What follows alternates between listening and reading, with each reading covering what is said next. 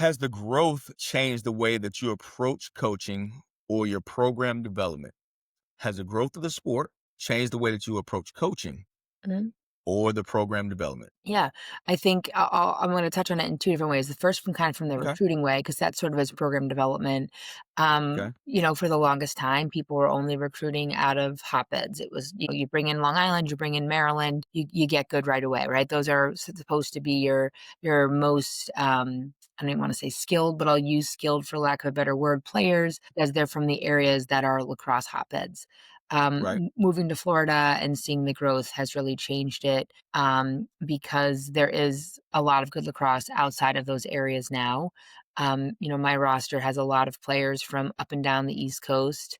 Hmm. But Maria, to use her as an example, who just graduated, she originally was from rural Georgia, and then her Okay. parents moved to Jupiter, Florida. So she Okay. was not from a traditional hotbed, but she was a great player. So I think, not being unafraid to take somebody from an area outside of your normal areas, has been a nice byproduct of the growth of the game, because there are some really great athletes all over the place. And with exposure through, I mean, they're learning skills on social media. Watching that, Hmm. like that has definitely made players who might not get the coaching all the time at the high school level or even at the club level, Hmm. better players, because it's just ideas for things to do when the stick's in their hands. So Hmm. I think being more open to where you're recruiting has definitely been something.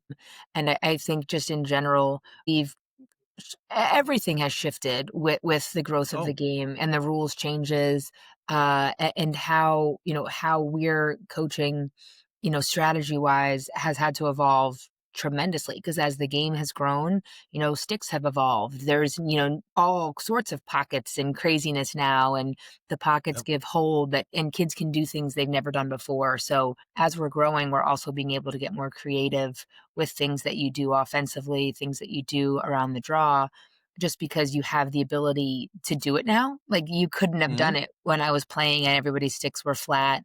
I mean, there were still Right. kids with wooden sticks at that time. Like, you're not seeing Right. that anymore. So I think that's changed it. And then the byproduct is people get more creative defensively because they have to stop these really dynamic offensive Yeah. players.